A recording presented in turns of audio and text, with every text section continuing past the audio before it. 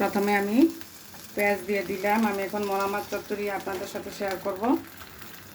পরিমাণ মতো তেল দিলাম।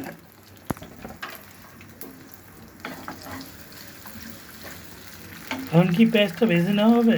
হ্যাঁ, পেঁয়াজটা একটু করে হালকা বাদামি করে নিব।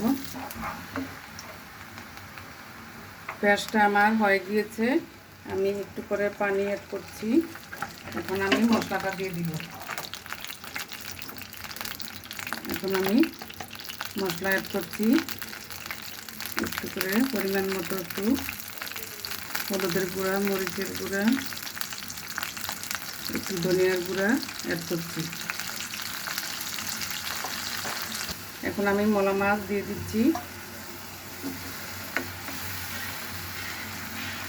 মলা মাছের সাথে একটু কাঁচামরিচ দিয়ে সিদ্ধ করে নিব, তাহলে একটা ভালো স্মেল আসবে।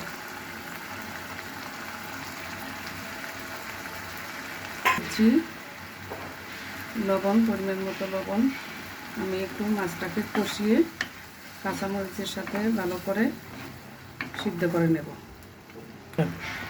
এখন আমি এটাকে কিছুক্ষণের জন্য ঢেকে দিলাম, 5 মিনিটের জন্য ঢেকে দিলাম। এখন আমি সাথে মলা মাছের সাথে একটু করে আলু অ্যাড করছি। আলু দিয়ে মলা মাছটা চচ্চড়ি করব।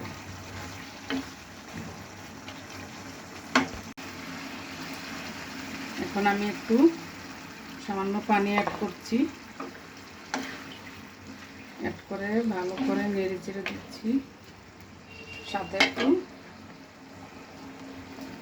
একটু কাঁচা পেঁয়াজ দিচ্ছি।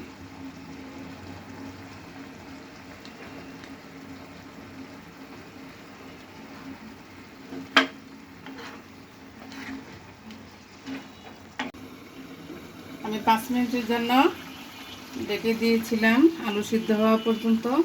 এখন আমি কিছু ধনেপাতা অ্যাড করে দিব। প্রায় হয়ে গিয়েছে আমার মলা মাছের চচ্চড়ি, তৈরি হয়ে গিয়েছে আমার মলা মাছের চচ্চড়ি। এটা গরম ভাতের সাথে খেতে খুবই ভালো লাগে।